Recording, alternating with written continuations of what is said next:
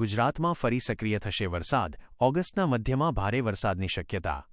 હાલ ગુજરાતમાં વરસાદની તીવ્રતા ઘટી છે, પરંતુ હવામાન નિષ્ણાત અંબાલાલ પટેલની આગાહી પ્રમાણે રાજ્યમાં ફરી એકવાર સારો વરસાદ શરૂ થવાનો છે.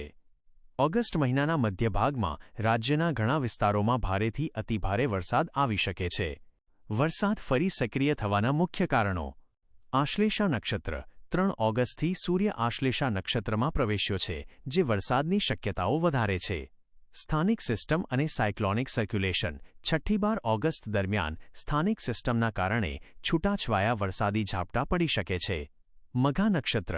17 ઓગસ્ટથી સૂર્ય મઘા નક્ષત્રમાં પ્રવેશતાની સાથે જ ચોમાસું ફરી સક્રિય થશે અને ભારે વરસાદની શક્યતાઓ રહેશે. નવી સિસ્ટમ. 20 ઓગસ્ટથી બંગાળની ખાડી અને અરબી સમુદ્રમાં નવી સિસ્ટમ સક્રિય થશે, જેના કારણે ગુજરાતમાં વરસાદ વધશે. વરસાદની સંભવિત તારીખો. 5 ઓગસ્ટ મુંબઈ અને મહારાષ્ટ્રના ભાગોમાં વરસાદ આવી શકે છે.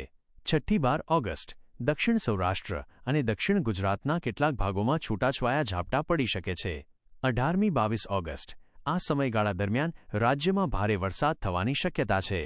ઓગસ્ટનો છેલ્લો સપ્તાહ પેસિફિક મહાસાગરમાંથી આવતા ટ્રોપિકલ સ્ટ્રોમના અવશેષોને કારણે પૂર જેવો વરસાદ આવી શકે છે. ગણેશ ચતુર્થી આસપાસ આ સમયગાળામાં પણ વરસાદ પડવાની સંભાવના છે. અંબાલાલ પટેલના જણાવ્યા મુજબ મઘા નક્ષત્રનો વરસાદ કૃષિ પાક અને ભૂગર્ભ જળ સંગ્રહ માટે ખૂબ જ સારો માનવામાં આવે છે. આ ચોમાસું 14 સપ્ટેમ્બર સુધી સક્રિય રહી શકે છે.